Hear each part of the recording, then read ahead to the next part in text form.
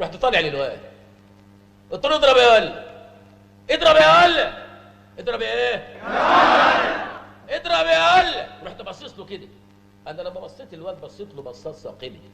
بصات الثاقبه خلت عند الواد حاله اسمها استباحث نفساوي. استباحث نفساوي دي يخلي الواد يترج كده ويترعش ويتهز.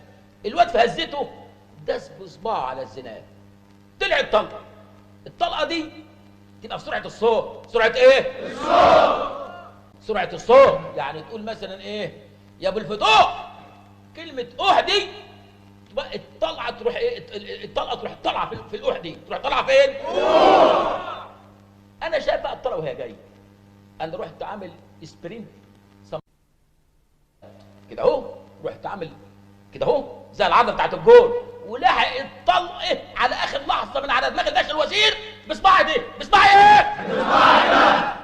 العالم هللت وحصل هرج ومرج. انا بصيت الواد جريت وراه. الواد جري اتاني في ارض شاسعه ومستنيه ايه؟ هليكوبتر. مستنيه ايه؟ هليكوبتر. الهليكوبتر كان فيه واحد بيسوق. بصيت له بصه ثاقبه، اتهز وراها راح قايم بالطياره. الواد الصغير اللي هو كان تحت اشعلق في الطياره. رحت انا مش شعلق فين؟ الطياره طلعت. الطياره ايه؟ طلعت. انا بقى بعزمي رحت شادد الواد شده جامده.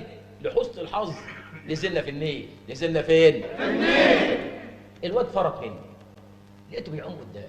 بيعوم فين؟ قدام. عمت وراه، فضلت اعوم اتاري فيه كده. كانت فيه ليالي، كان فيه بتاع كده زي مركب فيها رقاصه طالعه الاقي بتتفرج وبتغني غناوي مش عارفه تلام على جدتي يا عز. قلت يا وليه مش عارفه تتلم على جدتك يا عز؟ ده وقته، ده احنا في ايه ولا في ايه؟ البلد فين وانت في ايه؟ خلاص خش جوه ولمي نفسك انت. فجاه لقينا نفسنا في المالح. الواد نزل في اسكندريه في المالح، نزلت وراه اتاري فيه غواص. فيه ايه؟ غواص.